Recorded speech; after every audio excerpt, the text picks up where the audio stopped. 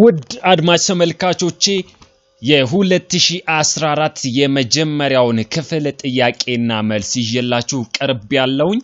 የመጀመሪያው ጥያቄ a 55 years old male post operative prostatectomy ወይም surgical removal of prostatectomy ማለት prostate gland ነው ectomy ማለት surgical removal of prostate gland ነው the patient has 3 ways indwelling catheter for continuous bladder irrigation ስለዚህ ሰውየው ፔሸንታችን 3 way ባለ 3 ሊመኑን indwelling catheter continuous bladder irrigation purpose ተደርጎለታል ነው the duty nurse prepare necessary material ስለዚህ ነርሱ የተለያዩ ማቴሪያሎችን prepare እንዲያደርግ በቀላሉ ኃላፊነት ተሰጥቶታል including fluid to give bladder irrigation care for the patient ማለት ነው እዚህ ፍሉዱን እንደዚሁ በቀላሉ bladder irrigate ለማድረግ እንደዚሁ solution ወይም fluid እንዲያዘጋጅ ታዟል ማለት ነው so what are the most commonly or likely used fluids for bladder irrigation ለbladder irrigation commonly used የምናደርገው ማንኛው ነው dextrose 5% saline 0.9% saline 0.45% and ringer lactate ከነዚህ ውስጥ ማንኛው ሊሆን ይችላል ስንል most commonly we can use sterile water but then does not use tap water ነው በብዛት tap water መጠቀም የለብንም ግን we can use sterile water rather dextrose and ringer lactate commonly dextrose እና ringer lactate it contain glucose ማለት ነው ስለዚህ glucose አላቸው ማለት it may create favorable environment for bacterial growth and multiplication ለbacterial growth እና multiplication የተለያዩ environment create ስለሚያደርግ favorable የሆነ environment ስለሆነ እነዚህ dextrose እና ringer lactate ባንጠቀም ተመራጭ ነው ስለዚህ the most likely used fluid for bladder irrigation ምድረው ከነዚህ የተጠቀምነው ስንል 0.9% of normal salines are the commonly used so the correct answer is B ይሆናል ነው ሌላው ሁለተኛው ላይ a head nurse working in operating room wants to orient the nurse student about the room in operating theater ስለ operating theater ተማሪዎችን ኦሪየንት ለማድረግ ስራ ጀምሯል ነው የሚሰራው ወይም በኦሪየንቴሽን ስራ ዘርፍ የሚሰራ ነው he gives a focus that traffic flow is limited and the area also needs access corridor to operating room also what is the most likely area explained by head nurse እንግዲህ traffic flow limited የሆነበት area ማንኛው restricted scrubbing ብለን የምንጠራቸው unrestricted and semi restricted area እንላቸዋለን there are around 4 classes in operation room general access zone ምንለው transition when transition zone and semi restricted and restricted area ምንላቸው አሉ ከዚህ ውስጥ general access zone ወይም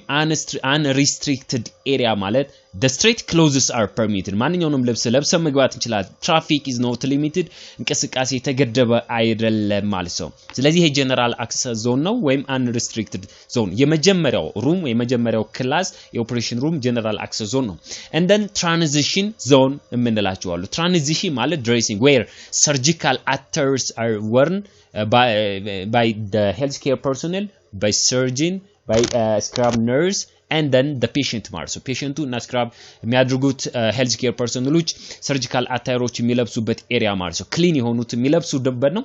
ሰሚ ሪስትሪክትድ ምናው ሶስተኛው ነው straight closes are not permitted ማለት ነው green line ምንለው ነው traffic is limited ማንኛውም ሰው መግባት መውጣት አይችልም ማንኛውም ለብስ መግባት አንችልም ስለዚህ ሰርጂካል አታይር መልበስ አለብን ለዚህ እነዚህ semi restricted area ላይ ደግሞ there are two area working and storage area ነው working ማለት instrumental processing central processing unit ምንለው አለ instrumental processing ምንሰራበት ነው and then storage area ብለን የምንጠራው there are the place where sterile and clean items are store የሚያደርግበት ስለዚህ in separate area በቃልቡ separately the clean items and sterile items are stored in semi restricted area ነው ስለዚህ semi restricted area ላይ እቃዎችን ሰብስበው ወደ restricted area ምናስገባው ማለት ነው ለዚህ ከዚህ ጋር ማያያዝ ያስፈልጋል የአራተኛውና የመጨረሻው restricted area ወይም strict access zone የምንለው ነው ስለዚህ strict access zone ወይም restricted area ማለት the real surgery must be conducted in this room ነው እዚህ room ውስጥ ነው ሰርጀሪው የሚካሄደው ነው እንግዲህ ትራፊክ ፍሎው ሊሚትድ እና ኮሪደር አክሰስ ኤሪያ አለው ማለት ነው ስለዚህ ኮሪደር ማለት የተለያዩ ኢንስትሩመንት የተለያዩ ማቴሪያሎች ስቶር ማድረጊያ ማስቀመጫ ይኖረዋል ነው ከዚህ ውስጥ ማንኛው ነው ስንል ሰሚ restricted area storage ስለሆነ so the correct answer is D ሶስተኛው ላይ a nurse was the responsibility to control the traffic of operating room ማለት ነው ለዚህ responsibility flow control ማድረግ want the patient family to stay in area near to operation room where surgery is ongoing ለዚህ patient family ሜምበሮች እንዲጠብቁ ኦሬንት ተደርገዋል ነው to what area will the nurse allow the patient family to stay with their usual clothes ማለት ነው ማንኛውንም ልብስ ለብሰው ባሉበት እንዲጠብቁ ኦሬንት የሚደረገው የት ላይ ነው operation area restricted area unrestricted semi restricted area ስለዚህ unrestricted area ወይም general access zone ብለን የምንጠራው area በዩዥዋል ክሎዝ በቀላሉ ኮኦፕሬሽን የሚወጣውን ሰው እንዲጠብቁ የሚቀመጡበት ኤሪያ ማርሰው unrestricted ኤሪያ ይሆናል ማርሰው ሌላው አራተኛ ላይ a 43 years old female was transferred from an ORN recovery room after having surgery on her abdomen with general anesthesia ግሪስ general anesthesia ተሰጥቷት abdomen አካባቢ ላይ የተለያየ ሰርጀሪ ተሰርቶ ወደ recovery room transferred ሆናለች ነው after 4 hours of procedure ከ4 ሰዓት በኋላ she had a snoring stridor labored chest movement intercostal muscle retraction while breathing She also showed cyanosis, apnea, and was not oriented to time place person marso. ለዚህ አልሆነም ነው. So what is the most likely post-operative complication the patient develop? Hypotension, internal bleeding, unconsciousness, and respiratory distress ብለን የምንጠራው. ስለዚህ ከዚህ ውስጥ ማንኛው ሊሆን ይችላል ስንል እንግዲህ እዚህ ጋር እነዚህን የሪስፓራቶሪ ሲምፕተሞችን ዴቨሎፕ አድርገዋል. ምን ብለን የምንጠራው ሲያኖሲስ አፒኒያ ብለን የምንጠራው ማለት ነው ከአነስቴዚያው ጋር ተያይዞ ደግሞ ታይም ፕሌስ ፐርሰኑን ሜንታሊ ኮንፊውዥን የሚባል ነገር ተፈጥሯል ነው ያ ባጭሩ ኮምፕሊኬሽኑ ምን አይነት ኮምፕሊኬሽን ነው ከተባለ ሪስፓራቶሪ ዲስትረስ are the persons most commonly complicate mark developing complication after surgery ነው so D ነው መልሳችን አምስተኛ ላይ nurse is administering a post-operative medication to male client who has aortobifemoral bypass surgery ማለት ነው ስለዚህ aortobifemoral bypass surgery ማለት በቀላሉ እሱ እንዲሰራለት ማለት ነው ያ ማለት ምንድነው ባጭሩ bypass surgery ወይም bypass disease ምንድነው የምንለው ስንል redirecting or restore or create new channels for blood flow ነው ለብለድ ፍሎ በቀላሉ create new የሆነ ቻናል በቀላሉ create ማድረግ ነው used to bypass disease large vessels in the abdomen and groin area አካባቢ abdomen እና groin area አካባቢ ላይ ነው እነዚህ ችግሮች የተፈጠሩት ማለት ነው ወይም እዛ አካባቢ ነው ሰርጀሪ የተሰራው ስለዚህ on assessment the patient has a previous history of deep venous thrombosis DVT ነበረበት ማለት ነው and on assessment he developed moderate dyspnea chest pain diaphoresis restlessness rapid respiration rapid pulse cough and cyanosis so what are the most likely post-operative complication the nurse could anticipate ማለት ነው ምንድነው የሚጠበቀው ስንል pulmonary embolism deep venous thrombosis pneumonia shock ለዚህ pulmonary embolism ማለት occur when the blood clots get stuck in the artery of the lung and block the blood flow to the parts of lung ማለት ወደ ላንጋችን በቀላሉ እንዳይንቀሳቀስ የማድረግ ነው ባጭሩ blood clot starts off in the leg ነው leg አካባቢ ላይ ነው የሚከሰው then travel to right sided hearts and then pass to lung ማለት ነው ያን ጊዜ በቀላሉ ዛ ላንግ አካባቢ ላይ obstruction የመፍጠር ቻንስ አለው ያን ጊዜ pulmonary embolism ብለን ይፈጠራል ማለት ነው deep venous thrombosis ማለት ምንድነው it is blood clot form in the deep vein ማለት ነው deep vein ላይ blood clot form ሲያደርግ ማለት ነው inflammations of the lung parenchymal ሴሎች እነሱ pneumonia shock different types of shock ሊኖር ይችላል ማለት ነው anyways ይሄ ከዲፕ ቬን ትሮምቦሲስ የነበረው ወይም ዲቪቲው ትራቨል አድርጎ ኤሪያውን ለንግ አካባቢ ላይ ብሎኬጅ ፈጥሮ ማለት ነው ያ pulmonary embolism ነው so the correct answer is A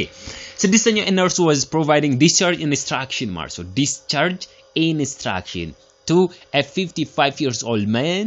who are being discharged from hospital after cardiac bypass surgery ብለን የምንጠራው እንግዲህ cardiac bypass surgery ወይም cardiac artery bypass graft ብለን የምንጠራው it is a surgical procedure used to treat coronary heart disease ነው coronary heart diseaseን በቀላሉ ትሪት ለማድረግ ነው the surgery was treatment for arteriosclerosis ነው arteriosclerosis ትሪት ለማድረግ ነው surgery የተሰራው እንግዲህ arteriosclerosis ማለት the build ups of fat build ups of cholesterol build up of other substance in and on the arterial wall ነው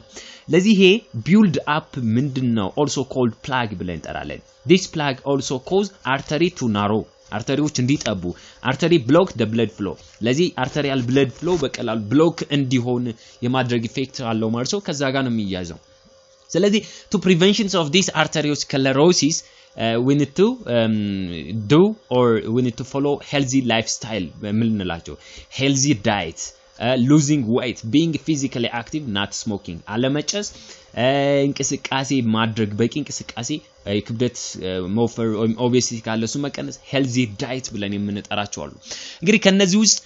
eat grains and vegetable more promote cessation of tobacco perform physical activity daily minimize vegetable oils እንግዲህ ከነዚህ ውስጥ priority teaching ነው የሚለው grain and vegetable more መመገብም cessation of tobacco and physical activity ሶስቱም በቀላሉ ምን ይሆናል ለarteriosclerosis prevention way ነው ግን commonly ዚጋ እንደሚለን obese ነው diabetic ነው maybe type 2 diabetic mellitus ብለን የምንጠራው ስለዚህ obesity አንዱ ፋክተር ስለሆነ perform physical activity daily physical activity እንዲያደርግ ማድረግ ከዛም በኋላ ከዚህ በተጨማሪ grain and vegetables more እና cessation of በቀላሉ tobacco የሚባሉት እንዲጠቀም ማድረግ ያስፈልጋል ስለዚህ እንግዲህ ትንሽ አወዛጋቢ ጥያቄም ቢሆን ከኦቤሲቲን ሪዱስ ማድረግ ስላለበት ወይም weight loss ስለሚያስፈልግ physical activity daily መስራት ይሆናል ማለት ነው the correct answer is C ሌላው ሰባተኛው an adult female patient was admitted to medical ward with diagnosis of angina pectoris ማለት ነው angina pectoris ማለት ምንድነው ስንል it is chest pain ማለት ነው ወይም የደረቱ ውጋት ህመም ማለት ነው on history the chest pain occurred both at rest and at external activity with radiation pattern ማለት ነው እንግዲህ በረፍትም በእንቅስቃሴም በቀላሉ chest pain ይጨምራል ነው during examination there was ST segment ምንለው እንግዲህ ECG ላይ በመናነበበት ሰዓት ST segmentu elevate over ECG that reversed in second measurement for hours later and her body mass index was 29 ነው እንግዲህ body mass index 29 ነው reversed ST segment elevation አለ ECG በመናነበበት ሰዓት so what is the types of angina manifest in this patient marso stable angina unstable variant angina እና intractable angina ብለን የምንጠራው አለ ባጭሩ stable angina ማለት predictable and consistent pain that occurs on exertion and relieved by rest marso እንግዲህ ይሄ stable angina ከሆነ most commonly A ላይ ያለው marso at rest ምን ያደርጋል ማለት chest pain relief የሚሆን ከሆነ ማለት ነው unstable ምንለው it is pre-infarction angina or crescendo angina ብለን የምንጠራው ነው a symptoms occurs more frequently and lasts longer than stable ነው ከstable angina more frequent እና እንደዚሁ ብዙ ጊዜ የሚቆይ ብዙ ሰዓት የሚቆይ ይሆናል ማለት ነው and the pain when the threshold for pain is lower and it may occurs at rest ማለት ነው በሬስትም ጊዜ በረፍትም ጊዜ ሊከሰት ይችላል ማለት ነው anyways ከstable angina more ምድረው ማለት ነው frequent ነው last longer pain ያለው ማለት ነው variant angina ብለን የምንጠራው ወይም prinzmetals angina ምንለው pain at rest with reversible ST segment elevation ነው thought be caused by coronary artery vasospasm ነው እንግዲህ due to constrictions of coronary artery ከዛ ጋር ተያይዞ ነው ST segmentum ደግሞ reversible የሆነ elevation አለው ማለት ነው ያ variant ወይም prinzmetals angina ብለን የምንጠራው ነው intractable angina ብለን የምንጠራው ደግሞ refractory ብለን እንጠራዋለን severe incapacitating chest pain በጣም ከፍተኛ የሆነ መቋቋም የማያቅተን የማንችለው pain ካለ intractable angina ብለን እንጠራዋለን ነው ሌላ silent ischemia ብለን የምንጠራው አለ It is objective evidence no silent ምንለው objective evidence of ischemia such as electrocardiographic change with stress test marks but the patient has report no symptoms ሳይኖረው ግን በphysical examination objective test ላይ በቀላሉ የኤሌክትሮ ECG change እንዳለ በቀላሉ ዲቴክት የምናደርገው ከሆነ silent ischemia ብለን እንጠራለን anyways ዚጋ ST segment elevation over ECG commonly የሚከስተሉና painum at rest and at exertion በቀላሉ የሚከስተው ማንኛው ነው ከተባለ variance ወይ prismatals angina ነው so the correct answer is C ስምንተኛ a group of people working on animal bone processing factory were brought to hospital with symptoms including fevers, dyspnea, stridor, hypoxia, hypotension after eating raw and cooked meat for cultural celebration. እንግዲህ ለcultural celebration uncooked የሆነ meat ምን አድርገዋል ማለት ነው ተመግበዋል ማለት ነው ለዚህ እነሱ የሚሰሩት animal bone processing factory አካባቢ ላይ የሚሰሩት so what is the most likely diagnosis of this patient ማለት ነው እንግዲህ anthrax ብለን የምንጠራው ችግሮች አሉ ማለት ነው ስለዚህ anthrax means it is an infection caused by bacterium of bacillus anthracis በሚባል እንግዲህ በሽታ የሚመጣ ነው there are different types of anthrax inhalation cutaneous oropharyngeal እና gastrointestinal anthrax ብለን የምንጠራው ማለት ነው commonly gastrointestinal anthrax የምንለው when a person to eat or uncooked meat from an animal infected with anthrax ማለት ነው በanthrax የተጠቃ ሰው uncooked የሆነው raw የሆኑ ሚቶችን በመገብ የሚመጣ one ingested anthrax spores can affect upper GI ብለን የምንጠራው gastrointestinal tract throat esophagus አካባቢ stomach small intestine causing a wide variety of symptoms like እነዚህ ምልክቶች diarrhea bloody ሊሆን ይችላል headache fevers chills sore throat painful swallowing nausea vomiting either bloody vomiting ብለን የምንጠራው እነሱ ሊከሰቱ ይችላሉ ማለት ነው commonly እነዚህ ምልክቶች ይኖራሉ and then oropharyngeal anthrax ምንለው develop after ingestions of infected meat ማለት ነው infected የሆነው meat ingest ካደረግን በኋላ የሚከሰት and subsequent invasions of mucosa and submucosa lymphatics ብለን ወይም lymph nodes ምንላቸው initial symptom cervical edema local lymphadenopathy cause dyspnea and respiratory difficulty ስለዚህ dyspnea respiratory difficulty ብለን የምንጠራው ምን እንዲያደርግ ማለት ነው እንዲከሰት ያደርጋል ማለት ነው ሌላው inhalation anthrax ነው inhalation of anthrax respiratory anthrax ብለን እንጠራለን it is an infectious disease caused by inhaling spores of the bacterium ነው ስለዚህ እነዚህ ደግሞ ምን ምልክቶች ይኖራሉ fever chest pain shortness of breathing headache chest discomfort cough ብለን የምንጠራው nausea vomiting እንደዚሁ common ይኖራሉ ማለት ነው cutaneous ብለን የምንጠራው cutaneous anthrax is the most common forms of anthrax infection and also considered least dangerous infection usually develop from usually through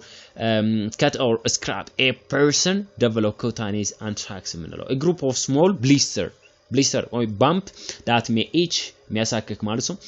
the swelling occurs around the sore and painless skin sore ማለት ነው painless no skin sore or ulcer with a black center that appears after a small blister or bump ምንላቸው ከዛ በኋላ black የሆነ ሴንተሩ ላይ black የሆነ area form የሚያደርገው most often the sore will be on the face አካባቢ neck አካባቢ arm and hand አካባቢ ላይ የሚከሰት ማለት ነው ስለዚህ ከነዚህ ውስጥ ማንኛው anthrax ነው የሚከስተው እንግዲህ normally fever dyspnea stridor hypoxia hypotension ብለን የምንጠራቸው በinhalation anthrax የሚከስታል oropharyngeal anthrax ብለን የምንጠራው ይከሰታል ማለት ነው most commonly እዚህ ጋር after eating uncooked meat ብሎ ስለሚያወራ ከgastrointestinal anthrax እና oropharyngeal anthrax ብለን የምንጠራቸው commonly ምን ይከሰታል ማለት ነው እነዚህ ሲምፕተሞች ይከሰታሉ ማለት ነው በኢንጀክሽን ጊዜ ማለት ነው በgastrointestinal anthrax ላይ commonly ከብለድ nausea vomiting diarrhea አካባቢ ላይ painful swallowing ብለን የምንጠራቸው እነሱ ይከሰታሉ but oropharyngeal ከተባለ respiratory difficulty ብለን የምንጠራቸው እነሱ ይከሰታሉ እነዚህ dysphagia ጨምሮ painful during swallowing ማለት ነው so respiratory difficulty ማለት difficulty of breathing ብለን የምንጠራቸው እነሱ dyspnea ማለት ነው stridor hypoxia ወደሚባለው ይመጣል ማለት ነው እንግዲህ ከኢንሃሌሽን ወይም ከኦሮፋሪንጂያል አንትራክስ ኢንጀክሽን ስለሚል ኦሮፋሪንጂያል አንትራክስ ብለን የምንጠራውን ለኖስት እንችላለን so the correct answer is C ብለን ነው ሌላው 65 years old patient was admitted to cardiac unit with diagnosis of myocardial infarction ማለት ነው ለዚህ myocardial infarction ወይም heart failure ብለን የምንጠራው secondary to narrowing of coronary artery disease ስለዚህ ኮሮናሪ አርተሪ ዲዚዝ አማካኝነት ናሮ የተነሳ ነው ኮሮናሪ አርተሪ ማለት it is a types of arterial blood vessel that carry oxygenated blood and supply of oxygen blood to the heart ማለት ወደ heart supply የሚያደርግ ማለት ነው ለዚህ ሱ ዲዚዝ አጋጥሟል the patient was instructed to take nitroglycerin ለዚህ nitroglycerin የሚባል መድኃኒት እንዲወስድ ኢንስትራክት አድርጎ so what is the most likely predicted effect of drug this drug ማለት ነው ይሄ nitroglycerin ምን ኢፌክት አለው ስንል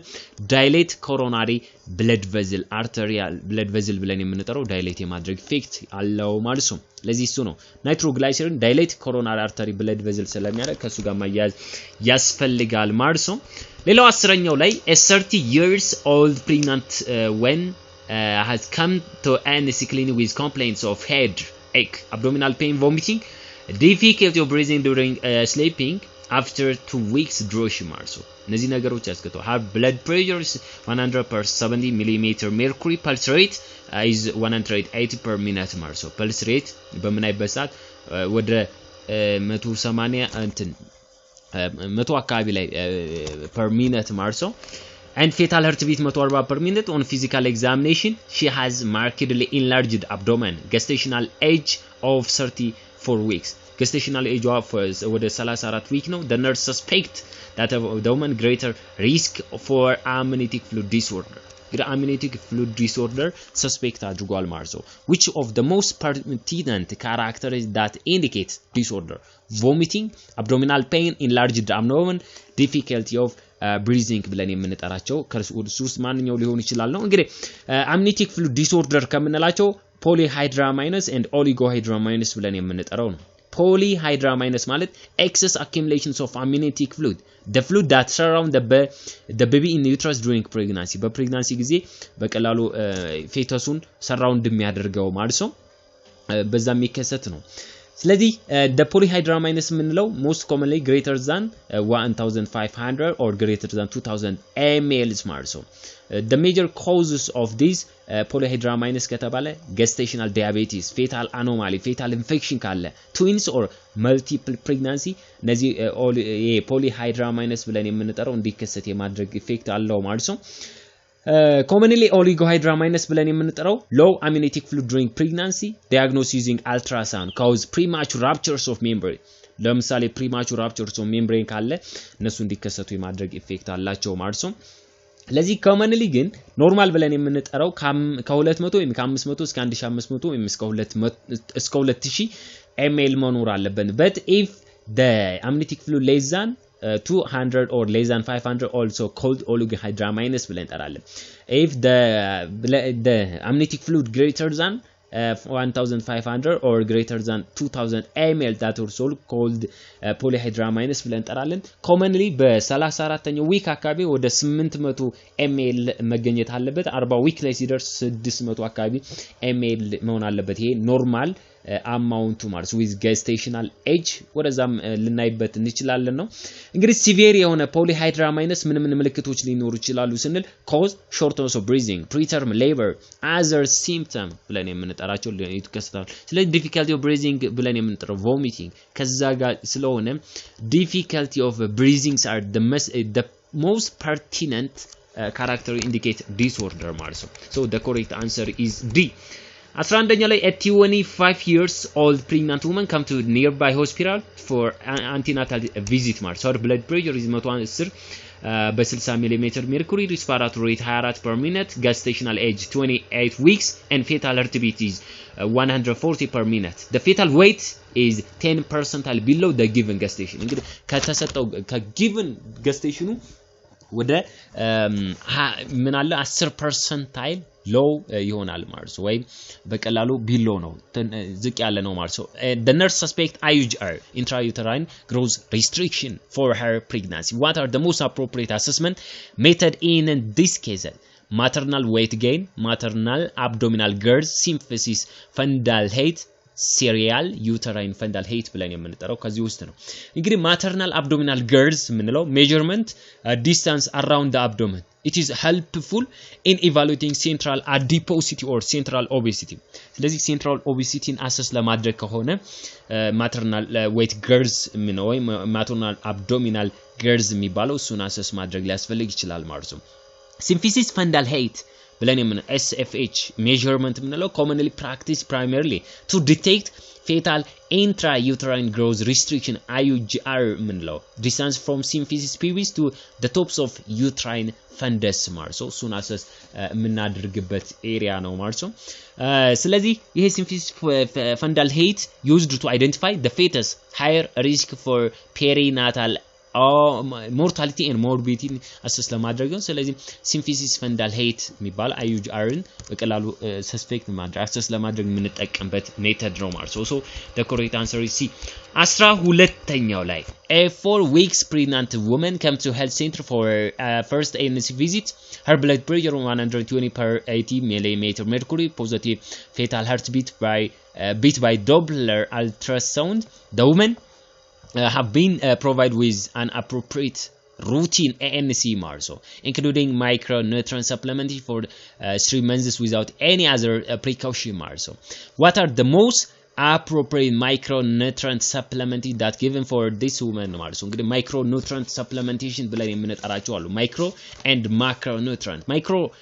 micronutrient our body needs small amount or needed by the body in small amount ማለት ነው smaller nutrient calorie ብለን የምንጠራው ለሰውነታችን የሚያስፈልጉት vitamins minerals like calcium zinc iron vitamin B6 የምንላቸው ሌሎች ቫይታሚኖችም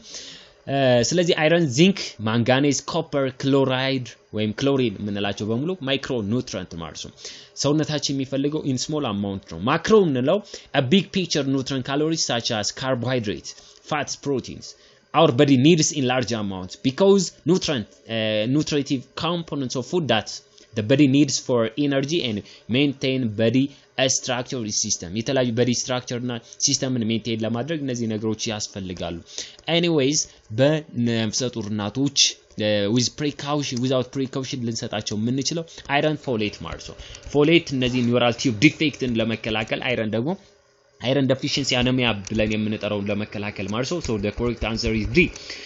ሌላው 13ኛ nurse working in operation theater immerses contaminated surgical equipment immediately after surgical procedure in 5% chlorine solution for 10 minutes ለ10 ደቂቃ 5% chlorine solution soak አድርጓል ማቴሪያሎችን after surgical procedure immediately so what are the most likely explanation the nurse action sorting ማለት separating the item with its type ማለት ነው cleaning ማለት a process of physical removals of any visible soiled dirty blood body fluid secretion excretion from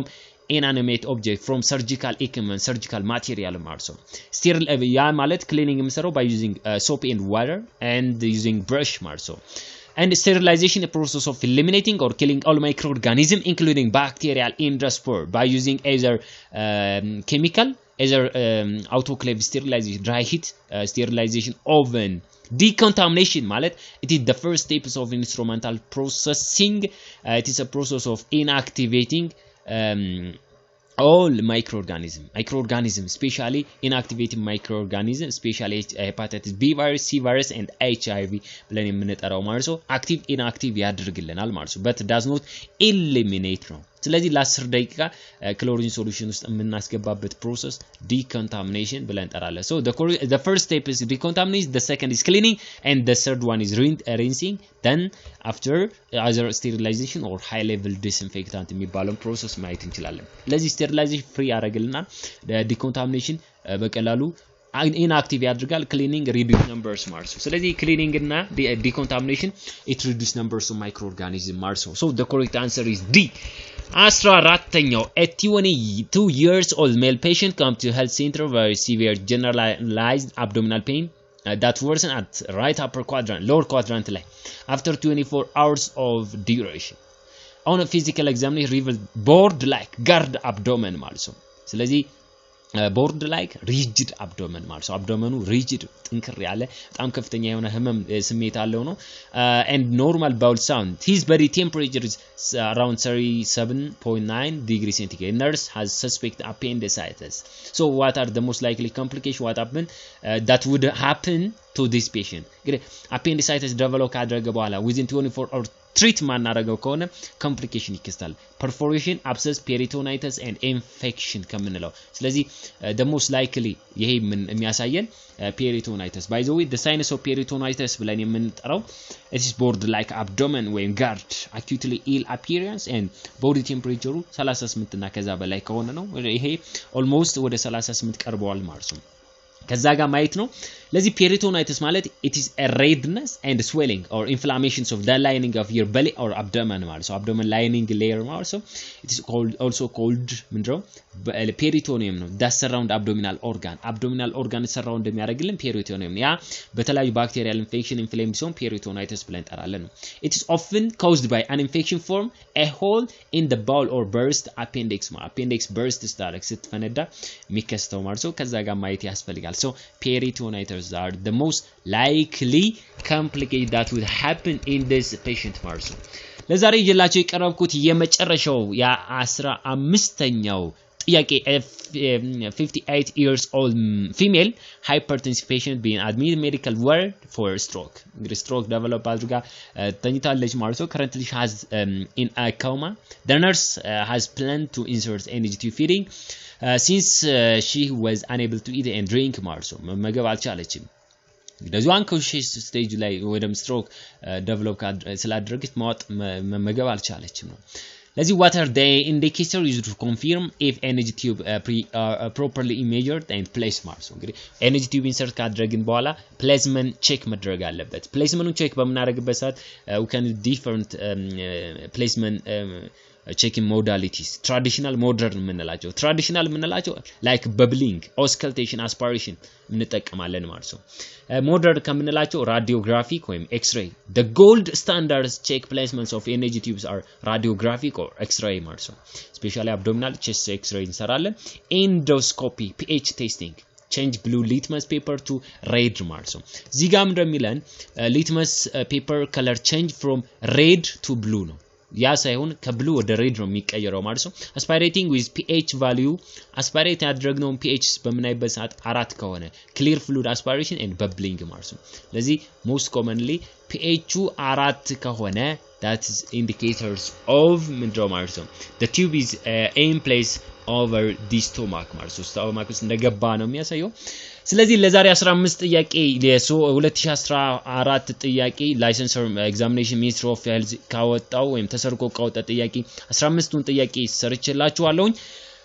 እንደዚሁ ሌሎች 2014 ያልተሰሩ ጥያቄዎች መሰራት ይቀጥላል thanks for watching subscribe ትመንገቲው የጤና መረጃና መዝናኛ ፕሮግራም ማግኘት ይችላሉ ስለምትደምጡ ስለምትከታተሉ ላይክ ሼር ሰብስክራይብ እንደዚሁ ኮሜንት ስለምታደርጉኝ በጣም አመሰግናለሁ ፈጣሪ አገራችን ሰላም ለኛም መከባበር ያድለን ሰላም ሁኑልኝ